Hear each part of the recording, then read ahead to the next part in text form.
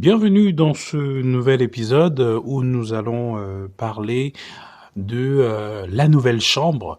C'est un sujet voilà, qui m'a été inspiré par le Saint-Esprit pour naturellement continuer à nous interpeller, nous édifier aussi, hein, surtout, sur l'importance de regagner le contrôle dans la gestion de nos usages numériques, mais aussi et surtout les usages en lien avec les réseaux sociaux.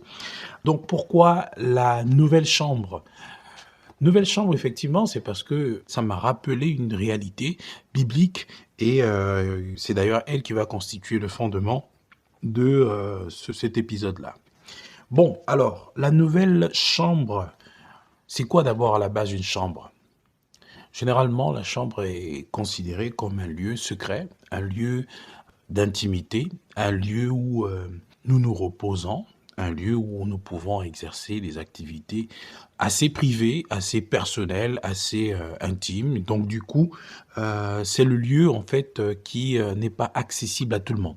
Par exemple, si une personne vous recevez un invité, l'invité sait qu'il y a des pièces où il peut se rendre et il y a des pièces où il ne peut pas, parce que l'accès est strictement réservé aux personnes de la maison. Et chaque personne de la maison a son lieu secret, a sa chambre. Voilà. Donc du coup, le seul lieu public de la maison, généralement, c'est le salon.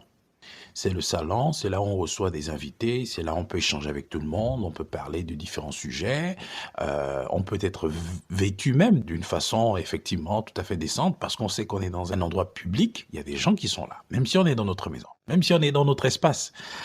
Voilà. Mais ce n'est pas le cas lorsqu'on va dans sa chambre. Lorsqu'on va dans sa chambre, ben on est chez soi, quoi. Donc du coup, on peut se permettre d'être comme on veut, de se comporter comme on veut, parce que on est dans son lieu intime, dans son lieu secret, dans son lieu privé. Donc voilà un peu à quoi renvoie l'idée de la chambre. Et je pense que si, en effet, vous êtes lecteur de la Bible, vous aurez tout de suite à l'esprit le passage de Matthieu 6, donc Matthieu au chapitre 6, où effectivement Jésus nous donne un enseignement, en fait quelques recommandations. Donc on est au verset premier de ce chapitre. Gardez-vous de pratiquer votre justice devant les hommes pour être vus. Autrement, vous n'aurez point de récompense auprès de votre Père qui est dans les cieux. Donc, lorsque tu fais l'aumône, ne sonne pas de la trompette devant toi, comme font les hypocrites dans les synagogues et dans les rues, afin d'être glorifiés par les hommes. Je vous le dis en vérité, ils ont leur récompense. Mais quand tu fais l'aumône, que ta main gauche ne sache pas ce que fait ta main droite, afin que ton aumône se fasse en secret, et ton Père qui voit dans le secret te le rendra. Lorsque vous priez, ne soyez pas comme les hypocrites qui aiment à prier debout dans les synagogues et au coin des rues pour être vus des hommes. Je vous le dis en vérité, ils ont leur récompense. Mais quand tu pries, entre dans ta chambre, ferme ta porte, prie ton Père qui est là dans le lieu secret, et ton Père qui te voit dans le secret te le rendra.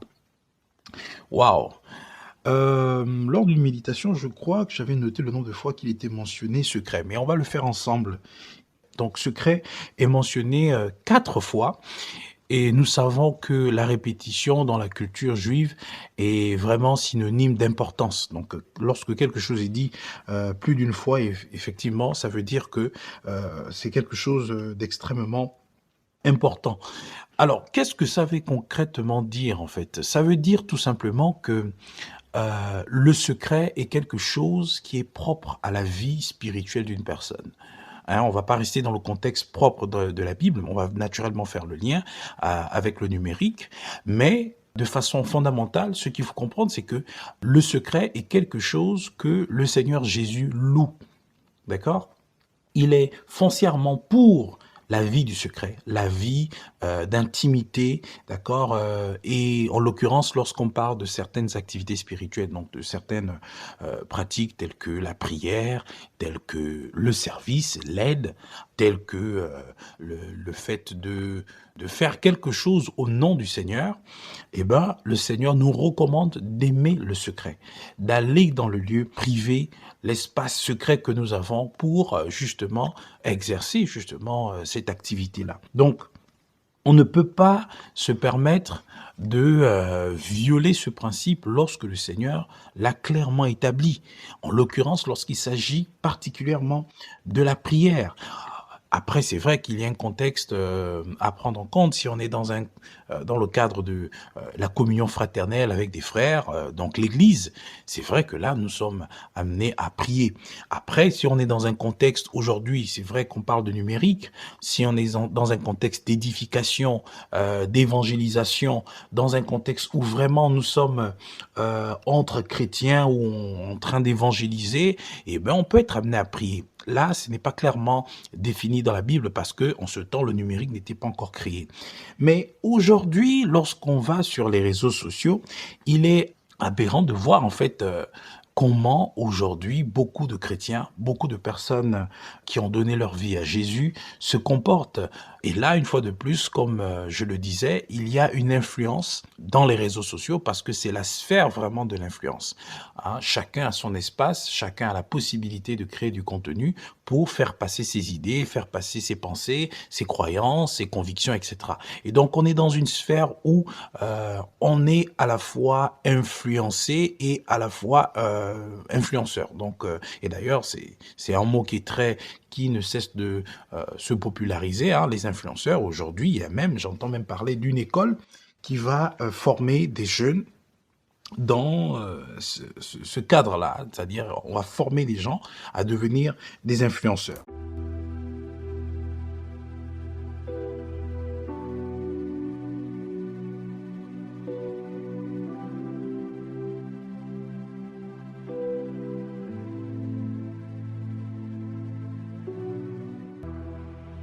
Oui, c'est bien, on est influenceur, on peut créer du contenu, c'est une très bonne chose, mais lorsqu'on dispose d'un espace en ligne, d'une plateforme où on peut communiquer, cela ne doit pas en fait nous faire perdre de vue qui nous sommes en réalité. Parce que beaucoup de personnes sont dans des réseaux aujourd'hui, communiquent et malheureusement cèdent à la tendance et au dictat des réseaux, des algorithmes des réseaux sociaux que nous abordons naturellement dans l'ensemble des podcasts.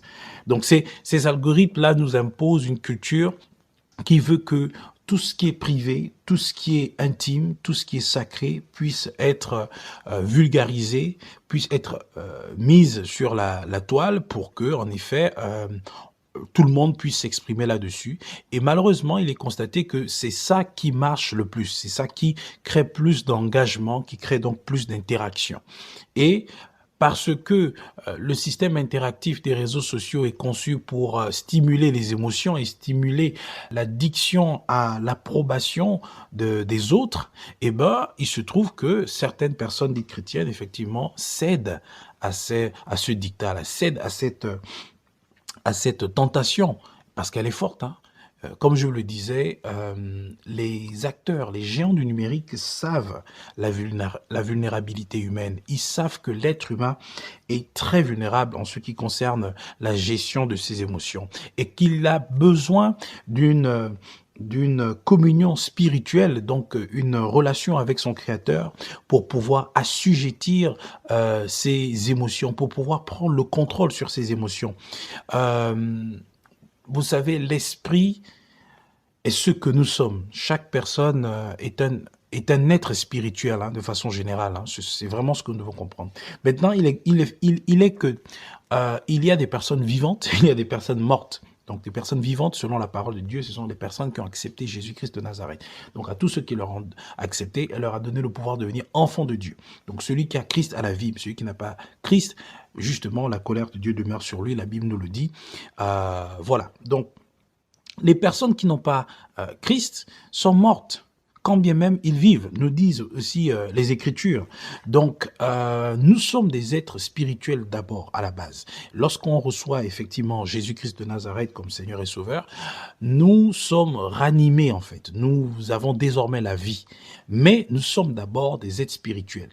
Donc, chaque être humain est d'abord spirituel. il possède une âme qui est le siège des émotions et il vit dans un corps.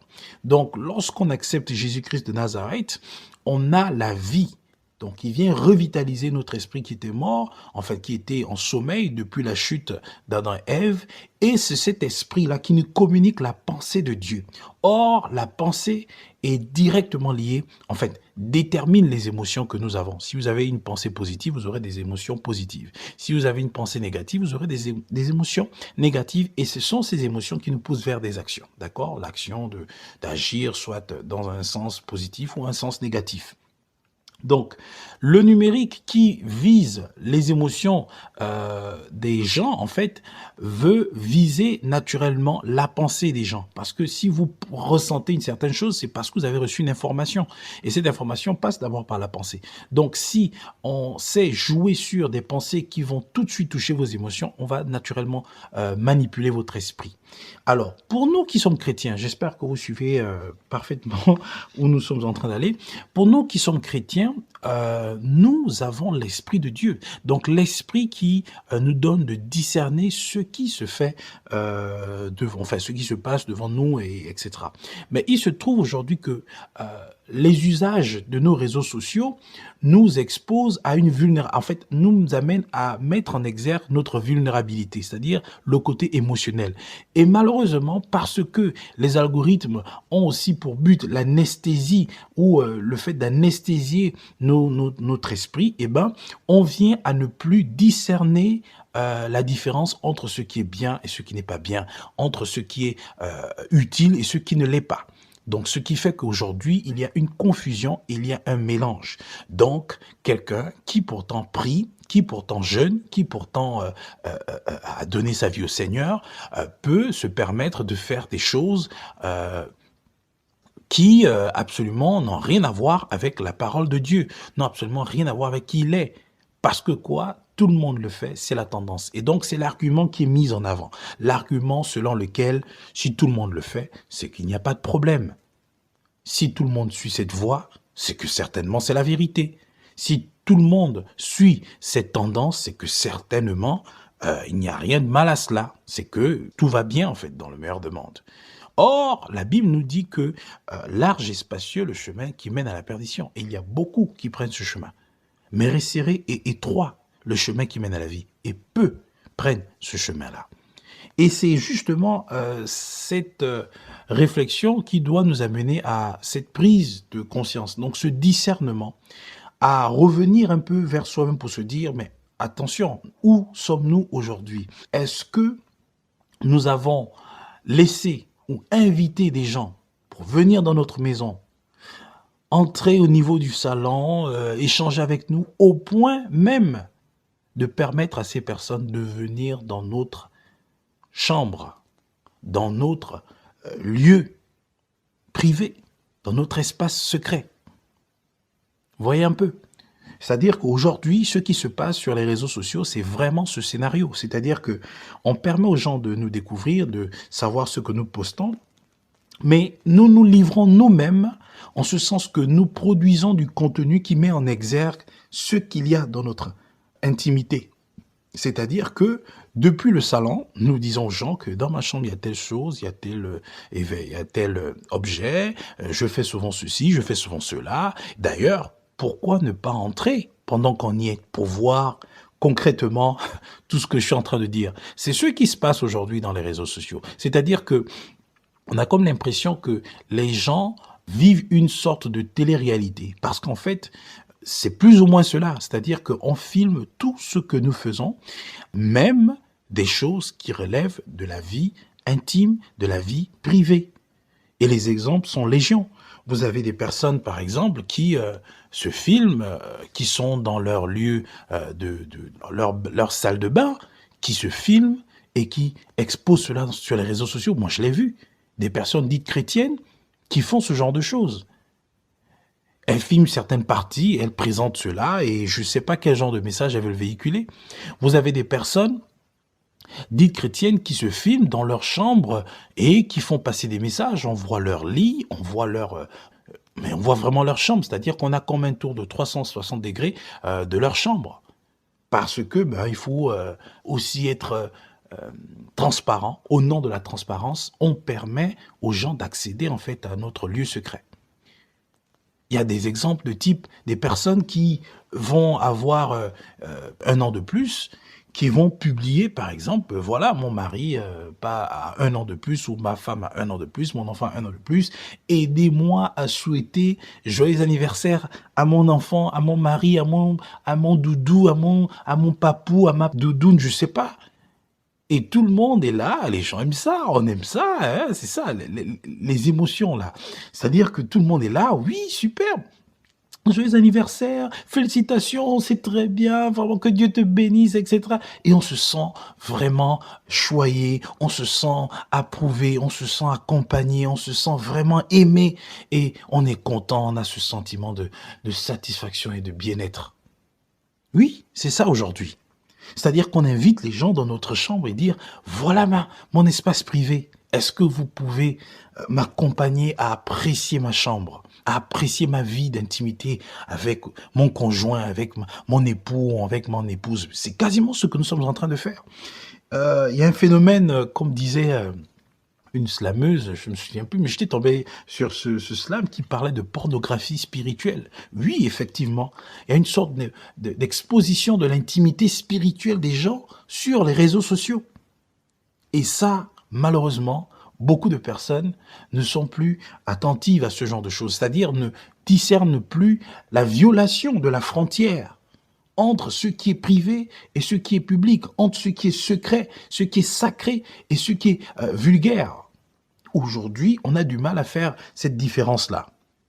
Les exemples sont légion. Vous avez des personnes qui vont avoir des songes dans la nuit et qui vont écrire, par exemple, sur la toile, « J'ai fait tel songe, j'ai fait tel rêve, j'ai eu telle vision, qu'est-ce que vous en pensez ?» Le débat est ouvert, la conversation est lancée, tout le monde peut se prononcer. Et là, c'est terrible parce que on se sent vraiment en communauté, parce que c'est ça l'esprit derrière les réseaux sociaux. Il faut qu'il y ait un sentiment d'inclusion, il y ait un sentiment communautaire. Il y a un sentiment effectivement de développement communautaire, hein. C'est-à-dire qu'on se développe ensemble, on se développe vraiment ensemble, de façon collective, la main dans la main. Chacun doit se sentir épaulé, soutenu dans les difficultés, les challenges qu'il rencontre, parce que nous faisons une famille. C'est ça aujourd'hui le message que véhicule la culture des réseaux sociaux, la culture qu'impulsent les algorithmes des réseaux sociaux.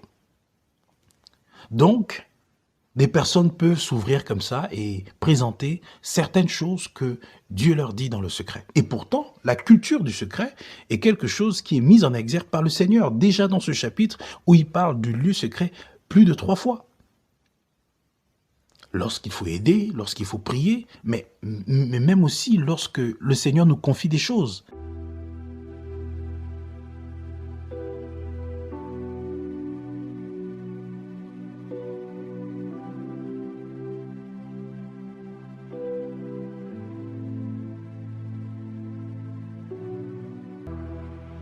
Marie, par exemple, avait reçu par la vertu du Saint-Esprit cette grossesse du Sauveur.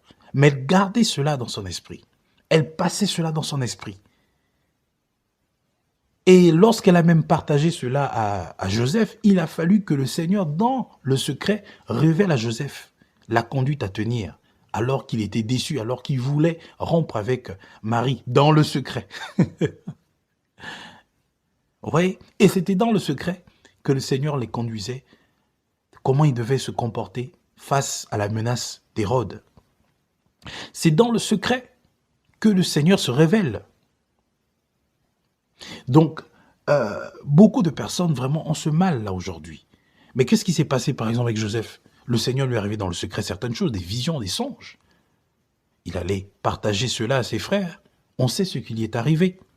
Mais après, on a vu la main de Dieu. Mais de façon générale, il y a des choses que le Seigneur nous confie souvent pour que nous puissions les garder, pendant un certain temps, jusqu'à ce que la chose arrive à un état de maturité où le Seigneur peut nous autoriser à en parler, peut-être à 2 ou 3 ou 4 personnes, peut-être dans certains cadres, un cadre familial, un cadre ecclésiastique, donc de l'Église, ou peut-être un cadre, je sais pas, professionnel. Mais on n'a pas à venir sur la toile présenter à tout le monde tout ce que nous faisons. Souvenons encore de l'histoire de Néhémie, avec ses compagnons qui devaient retourner, qui devaient aller pour la reconstruction du temple.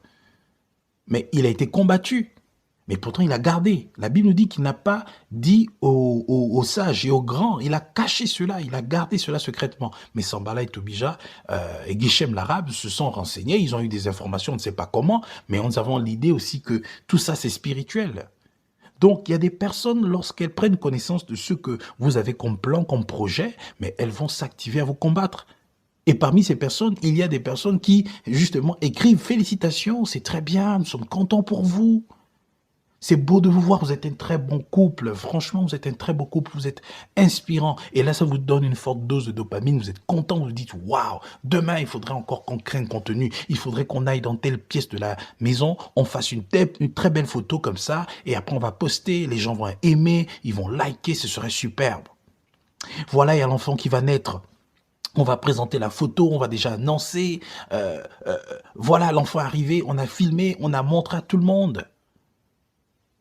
Vous exposez un enfant qui n'a rien demandé, qui ne vous a rien demandé, vous n'avez même pas demandé l'autorisation. C'est une violation déjà hein, de cette donnée-là à caractère personnel. Donc, si l'on s'en tient vraiment au RGPD, l'enfant, lorsqu'il grandit, il peut vous porter plainte. Hein. Le RGPD, pour les personnes qui ne savent pas, c'est une réglementation, en tout cas, de la gestion des données à caractère personnel. Donc, nous devons respecter. On ne peut pas utiliser les données d'une personne sans son consentement, par exemple. Donc, vraiment, tout ça montre que c'est une déviance. C'est un désordre. Le désordre, finalement, dont on parle dans le premier chapitre du livre, à cette allure. Donc, tout ça, c'est vraiment la création d'un nouveau système qui veut que le privé disparaisse, l'intime disparaisse, le sacré disparaisse pour faire place au public, à la vulgarité de tout ce qui peut être appelé privé, secret, intime, personnel, individuel. Donc tout ça, ça doit disparaître. Il faut qu'on vive des mêmes émotions, il faut qu'on ait le même système de pensée. Et je l'ai dit dans l'épisode où je parle du conformisme, il faudrait qu'on arrive à un système de pensée unique qui fait que on agisse de la même façon, on raisonne de la même façon. Et comme je l'ai aussi dit dans un autre épisode, que on ne puisse plus réfléchir en fait avec l'intellect, mais qu'on puisse désormais réfléchir sur la base des émotions. Parce que lorsqu'on agit sur la base des émotions, on est dans un état de personne insensée. On ne raisonne plus. Et les seules personnes qui doivent raisonner, ce sont des personnes qui gèrent ces plateformes-là. Est-ce que je suis en train de dire que les réseaux sociaux, c'est mauvais? Bien sûr que non. L'angle sur lequel je me penche, c'est celui de la vigilance, de l'éveil de conscience dans les usages, la vigilance, le discernement, l'équilibre. Mais aujourd'hui, on prend la chose simplement. Et c'est ça l'homme insensé, il avance, il pense que tout est simple. Mais attention, le numérique, le digital, les réseaux sociaux en particulier, ont une variable spirituelle, et ça, peu de personnes le savent, du fait que les émotions soient mises juste en avant, et donc on a l'impression qu'il n'y a rien de mal, c'est juste un divertissement. Mais attention, c'est justement sur la base des émotions que le processus de manipulation est enclenché, s'enclenche. C'est à travers la gestion émotionnelle, la manipulation émotionnelle, que le contrôle spirituel va se faire, ou est en train de se faire. Donc les exemples sont légion, comme je disais, il y en a tellement. Il y en a tellement. Il y a des personnes qui écrivent, par exemple, j'ai envie de faire telle chose, qui ont des projets, et qui demandent aux personnes, qu'est-ce que vous en pensez, la famille, hello la famille, qu'est-ce que vous en pensez? Ah, on se sent vraiment comme des amis. Nous ne sommes pas véritablement des amis, on ne se connaît pas. On ne se connaît pas, attention, c'est une vérité, on ne se connaît pas. Et le monde du virtuel veut nous amener vraiment à un système où on veut créer une famille virtuelle, une famille de personnes qui ne se connaissent pas, mais qui ont les mêmes centres d'intérêt. Parce que c'est ça, effectivement, les filtres des algorithmes. Mettons ensemble des personnes qui ont des mêmes centres d'intérêt pour qu'ils s'entendent, qu'ils aient un sentiment de proximité, un sentiment de solidarité. Mais tout ça, une fois de plus, ce sont des choses orchestrées, organisées pour qu'il y ait des victimes, des personnes suffisamment ignorantes, imprudentes, inconscientes, insoucieuses de justement leur santé spirituelle, émotionnelle et relationnelle. Voilà, donc qui sont visés, qui sont vraiment dans le radar. Donc tout ça, ça vient vraiment pour nous dire que notre chambre est censé être un lieu privé, un lieu où nous entretenons notre vie privée, intime, secrète. Et là, c'est vraiment nous et Dieu qui connaissons ce que nous faisons là-bas. Et les réseaux sociaux sont des plateformes de communication et donc d'activité publique. Et tout ce que nous mettons sur les réseaux sociaux devient public. Donc, si vous faites le choix de publier tout ce qui relève de votre vie privée sur ces plateformes-là, eh ben, ces choses ne vous appartiennent plus. Vous devez en avoir conscience. Dès lors que vous le mettez sur la place publique, ça devient la propriété de tout le monde. Donc, tout le monde peut s'en servir, tout le monde peut se prononcer là-dessus, dire ce qu'il pense, dire s'il aime, s'il n'aime pas. D'ailleurs, l'interface est là aujourd'hui pour faciliter le travail. Donc, c'est à nous de choisir si on veut que la chose nous soit dépossédée ou si on veut continuer à en assurer la possession. Donc, c'est à nous de voir. Mais comment voir lorsque on est voilé? Comment voir lorsqu'on est anesthésié spirituellement et que le sens du discernement nous échappe finalement? Comment voir? Là est la question. Comment voir si tout ce qui est dit, par exemple, dans ce podcast est considéré comme un abus? Oh, mais t'en fais un peu trop, c'en est un peu trop, ça veut dire qu'on ne peut plus. Oui, effectivement, c'est à cette mentalité, ce raisonnement finalement que chaque utilisateur doit être amené, ouais, à ce niveau-là.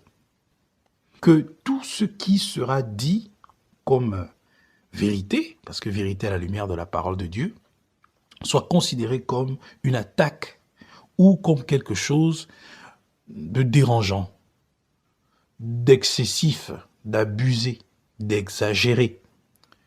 Et c'est ça aujourd'hui, peu de personnes vont supporter la vérité. Peu de personnes vont être encore sensibles à ce genre d'interpellation pour dire que nous tous on utilise des réseaux sociaux, nous tous on utilise le digital. Regardez aujourd'hui, vous écoutez à cette allure podcast. C'est à travers le numérique. Personnellement, j'ai fait une formation dans le domaine du numérique. J'ai une licence professionnelle dans ce domaine-là, la gestion des outils numériques.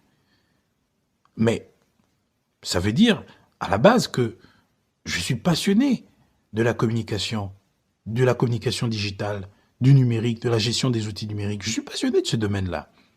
Mais attention, c'est en tant que passionné que justement je viens vous interpeller sur une réalité qui peut vous échapper, qui peut vous donner de croire que tout va bien dans le meilleur des mondes.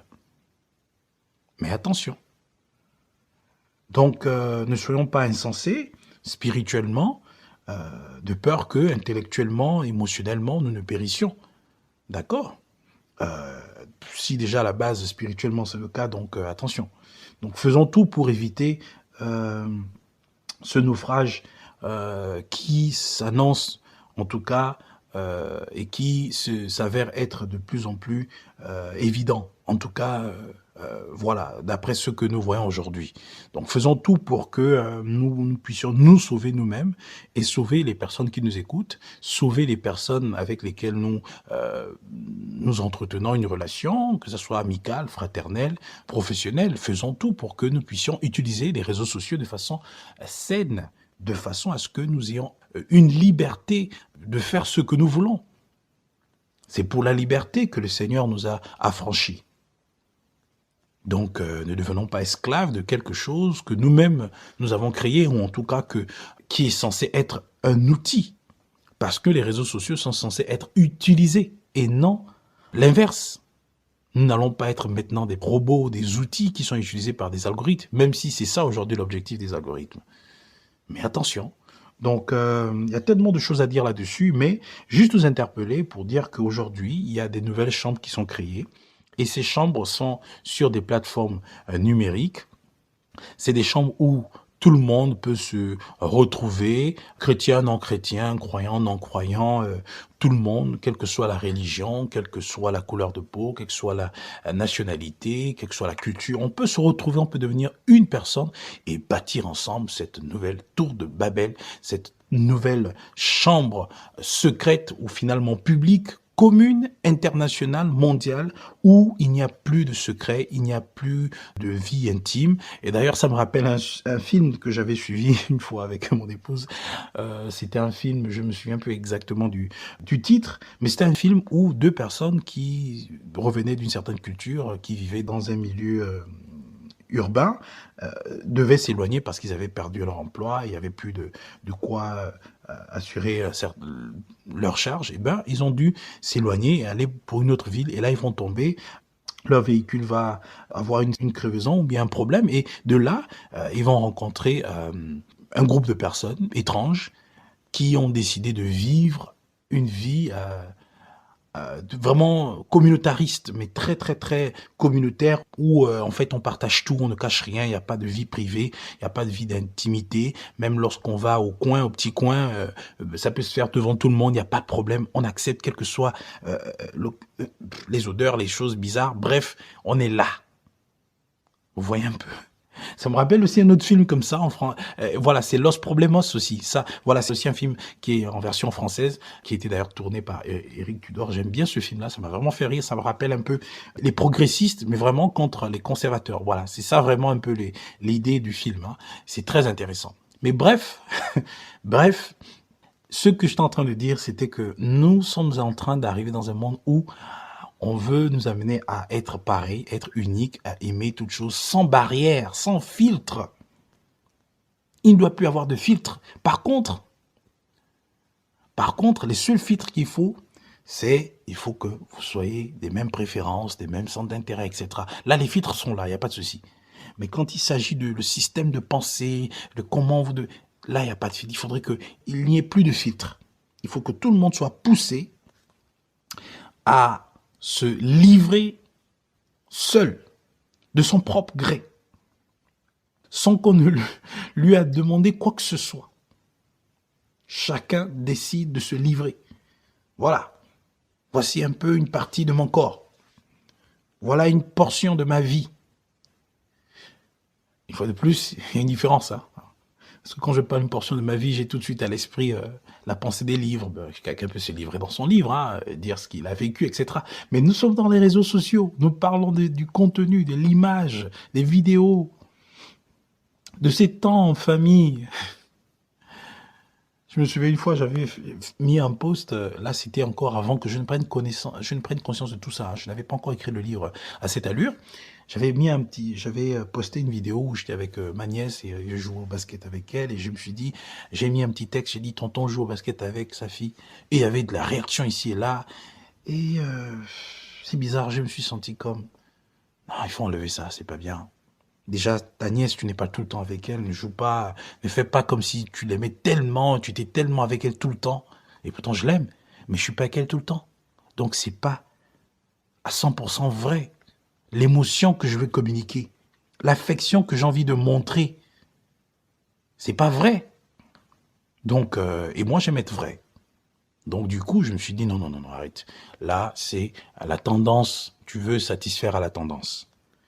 Bref, sortant de la chambre secrète, ou à la limite, expulsons les personnes que nous avons laissées entrer dans cette chambre secrète. Ramenons-les au salon, et certains, ils doivent être même dehors, complètement écartés. Vous devez les recevoir à la porte. Et d'autres, vous devez les recevoir depuis le portail. Voilà. Je vous laisse méditer en tout cas sur cette image. De façon générale, c'est ce qu'on pouvait dire sur cet épisode, la chambre secrète. On se donne rendez-vous pour le prochain épisode. D'ici là, portez-vous bien et que Dieu vous bénisse.